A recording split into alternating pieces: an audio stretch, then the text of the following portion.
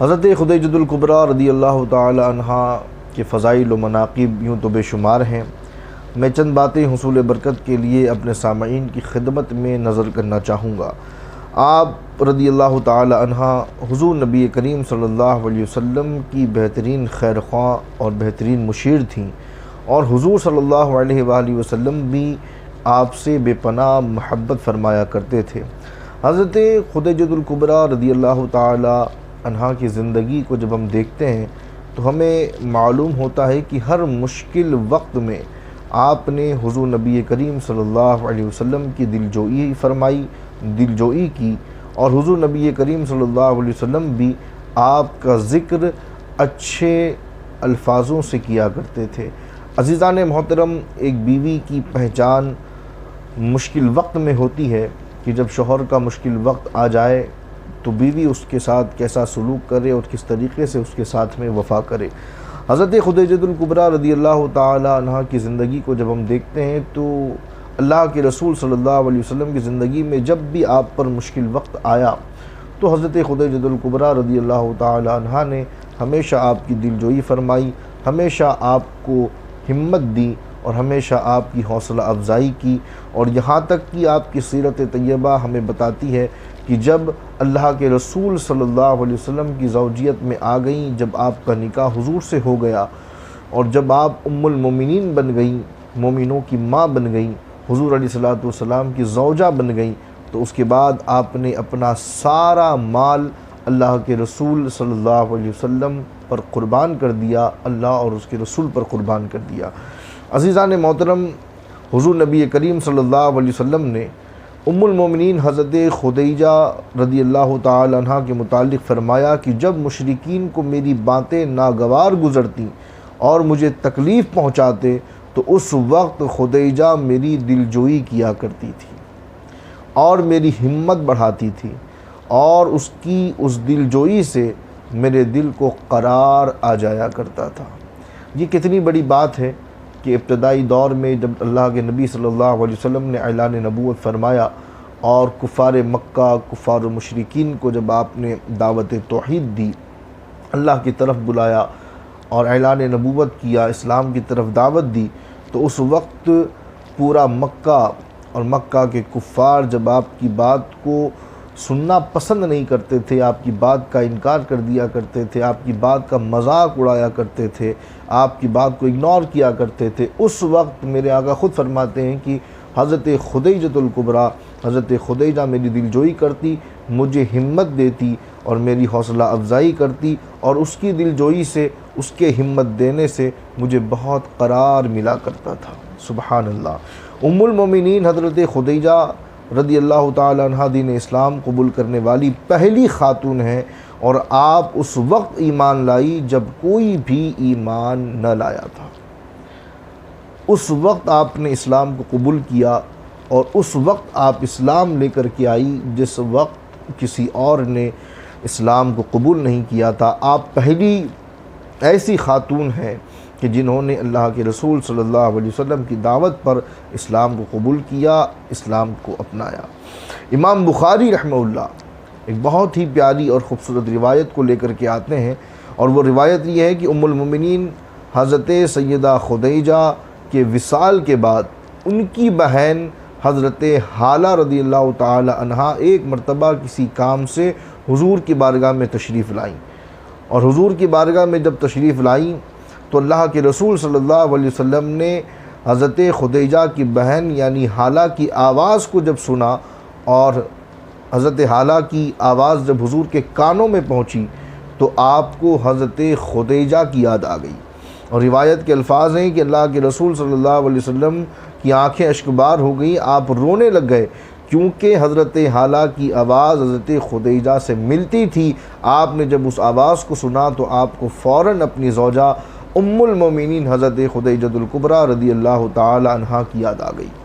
یعنی محبت دیکھیں کہ پردہ فرما چکی ہیں۔ اللہ کے رسول صلی اللہ علیہ وسلم نے حضرت عائشہ صدیقہ رضی اللہ تعالی عنہا سے نکاح بھی کر لیا ہے، حضرت خدیجہ کو انتقال کیے ایک عرصہ گزر گیا، لیکن محبت اتنی ہے کہ ان کی آواز سے ملتی جلتی آواز بھی کانوں میں آ رہی ہے، تو اللہ کے رسول صلی اللہ علیہ وسلم یاد فرما کر کے رونے لگ جاتے ہیں۔ اب آگے سنیے کہ سیدہ عائشہ صدیقہ رضی اللہ تعالی عنہا نے جب اللہ کے رسول کو اس طریقے سے روتا دیکھا اور آپ کی آنکھوں سے آنسو کو جاری دیکھا تو آپ نے فوراً قریب تشریف لائیں اور پوچھا کہ یا رسول اللہ، آپ ایک بوڑھی عورت پر روتے ہیں؟ جب آپ ایک بوڑھی عورت پر روتے ہیں جبکہ اللہ عز و جل نے آپ کو کثیر ازواج سے نوازا ہے، جوان بیویاں اللہ نے آپ کو عطا کی ہے، آپ ایک بوڑھی عورت پر روتے ہیں؟ اب حضور کا جواب یہاں پر سماعت فرمائے۔ حضور نبی کریم صلی اللہ علیہ وسلم نے فرمایا کہ اے عائشہ، انہوں نے میری اس وقت تصدیق کی جب سب نے میری تکذیب کی، اور اس وقت اسلام لائی جب سب کافر تھے، اور انہوں نے اس وقت میری مدد کی جب میری مدد کرنے والا کوئی نہ تھا، اور میری تمام اولاد انہی کے بطن سے ہوئی۔ یہ اللہ کے رسول کا جواب تھا۔ یعنی کوئی ایک بات ارشاد نہیں فرمائی، کئی خصوصیات کو گنوایا کہ تم کہتی ہو کہ میں ایک بوڑھی عورت پر کیوں روتا ہوں، تو سنو، وہ بوڑھی عورت میری بیوی خدیجہ، یہ وہ عورت ہے، یہ وہ میری بیوی ہے کہ یہ اس وقت میری تصدیق کیا کرتی تھی جب سارے لوگ میری تکذیب کیا کرتے تھے، مجھے جھٹلایا کرتے تھے، میری باتوں کا انکار کیا کرتے تھے، اور اس وقت ایمان لائی جب کوئی اسلام نہیں لایا تھا، اور اس وقت میری مدد کی جب میری مدد کرنے والا کوئی نہ تھا۔ یعنی کئی خصوصیات کو آپ نے گنوایا، تصدیق کے حوالے سے ہو، اسلام لانے کے حوالے سے ہو، مدد کرنے کے حوالے سے ہو، اور اولاد کے حوالے سے ہو، کہ آپ نے فرمایا کہ میری تمام اولاد انہی کے بطن سے ہے۔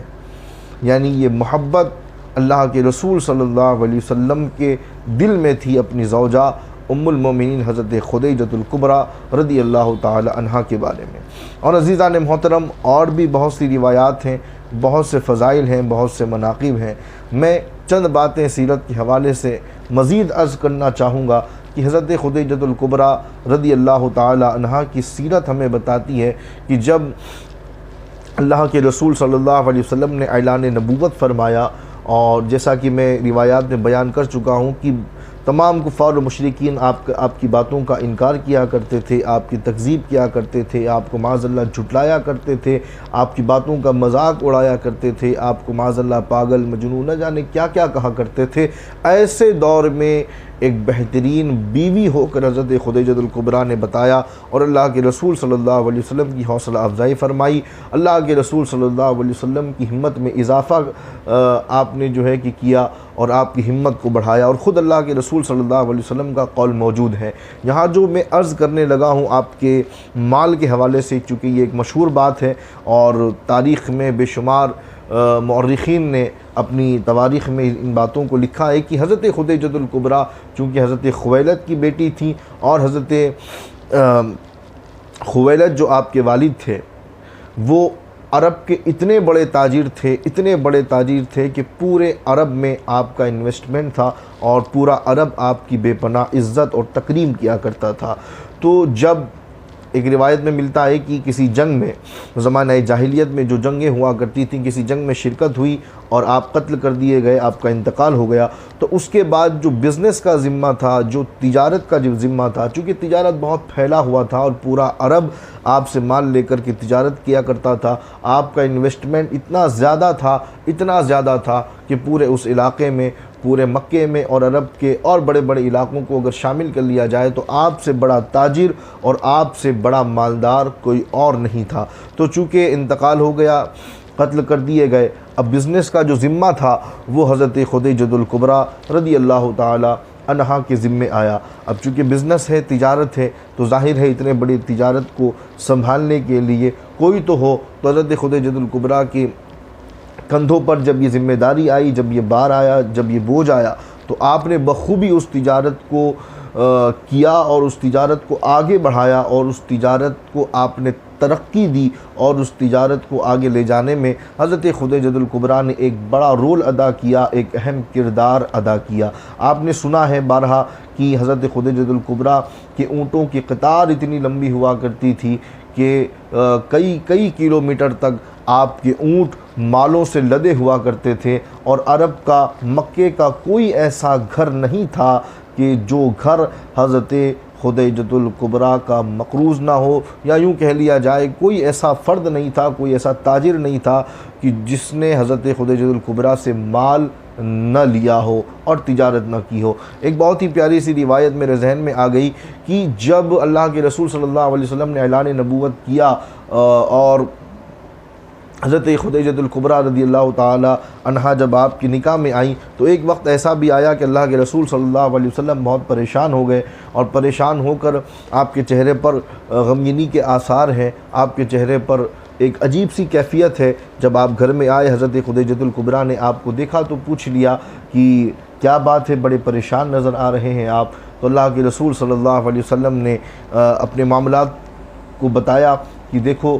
میں نے جن جن لوگوں کو دعوت اسلام دی، جن جن لوگوں کو میں نے دین کی دعوت دی ہے اور جن لوگوں نے اسلام کو قبول کیا ہے، بڑے غریب لوگ ہیں، اور مکے کے لوگوں نے بائیکاٹ کر دیا ہے، آب و دانہ بند کر دیا گیا۔ میں یہ سوچ رہا ہوں کہ یہ بیچارے غریب میری دعوت پر جنہوں نے اسلام کو قبول کیا، یہ بغیر کھائے پیے کیسے رہیں گے؟ ان کے پاس تو اتنا مال بھی نہیں ہے کہ یہ تجارت کر سکیں، اتنا مال بھی نہیں ہے کہ کہیں اور سے یہ خرید و فروخت کر سکیں۔ تو یہ سارے معاملات اللہ کے رسول صلی اللہ علیہ وسلم نے جب حضرت خدیجۃ الکبریٰ کو بتائے تو آپ نے فوراً اپنے خادم کو حکم دیا اور کہا کہ جاؤ الماری میں اور بکسے میں جو کچھ بھی رکھا ہے سارا مال لے کر کے آؤ۔ خادم گیا الماری، بکسے میں، اور جہاں کہیں بھی جو کچھ بھی مال تھا سارا کے سارا مال لے کر کے وہ آیا، اور لانے کے بعد حضرت خدیجہ کی خدمت میں پیش کر دیا۔ حضرت خدیجۃ الکبریٰ نے اس مال کو لیا اور لینے کے بعد جو درہم و دنانیر اور بھی جو کچھ بھی تھا اس کی آپ نے جو ہے کہ دیوار بنانا شروع کی، جو سکے تھے، جو مال تھا، اس کی دیوار بنانا شروع کی، اور دیوار بنتے بنتے بنتے اتنی اوپر کو آ گئی کہ اللہ کے رسول صلی اللہ علیہ وسلم سامنے تشریف فرما تھے، آپ کا چہرہ دکھنا بند ہو گیا۔ تو جب آپ کا چہرہ دکھنا بند ہو گیا تو حضرت خدیجۃ الکبریٰ نے اس سکوں کی دیوار کو گرایا، اور سکوں کی دیوار کو گرا کر کے کہا کہ ایسے مال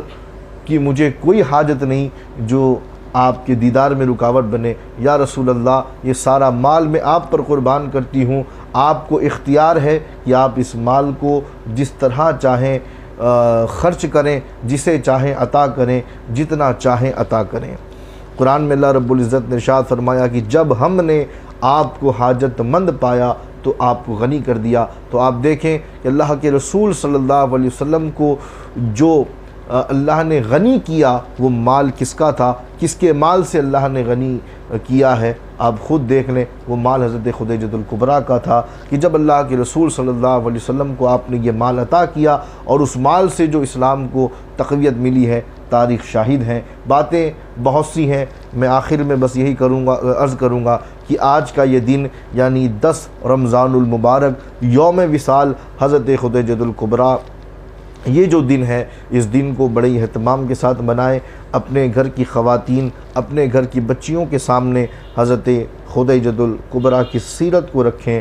ماؤں کے سامنے رکھیں، بیویوں کے سامنے رکھیں۔ یہ وہ مثالی کردار ہے جو صبح قیامت تک ہمیں اور آپ کو نہیں مل سکے گا۔ ایک ماں کی بات آئے تو آپ کردار حضرت خدیجہ کو پڑھیں، ایک اچھی بیوی کو اگر دیکھنا چاہیں تو آپ حضرت خدیجۃ الکبریٰ کو دیکھیں۔ مختصر یہ کہ ایک ایسی شخصیت جس میں اللہ نے بے شمار خوبیوں کو رکھا، ایک ایسی شخصیت جس میں اللہ رب العزت نے بے شمار صفات کو رکھا، اور ایسا آئیڈیل ہے ہمارے معاشرے کی ماں بہنوں کے لیے کہ میں سمجھتا ہوں کہ ہماری معاشرے کی ماں بہنیں اگر حضرت خدیجۃ الکبریٰ کو اپنا آئیڈیل بنا لیں تو میں سمجھتا ہوں کہ دنیا بھی جو ہے کہ بہتر ہو جائے گی، دنیا بھی بہتر ہو جائے گی اور آخرت بھی بہتر ہو جائے گی، اور دنیاوی جو مسائل اکثر گھروں میں دیکھنے کو ملتے ہیں انشاءاللہ تبارک و تعالی حضرت خدیجۃ الکبریٰ کی سیرت سے وہ سارے مسائل بھی حل ہوتے نظر آئیں گے۔ وہ جذبہ بھی ملے گا کہ شوہر کی مدد کیسے کی جائے، وہ طریقہ بھی ملے گا کہ شوہر کو خوش کیسے رکھا جائے،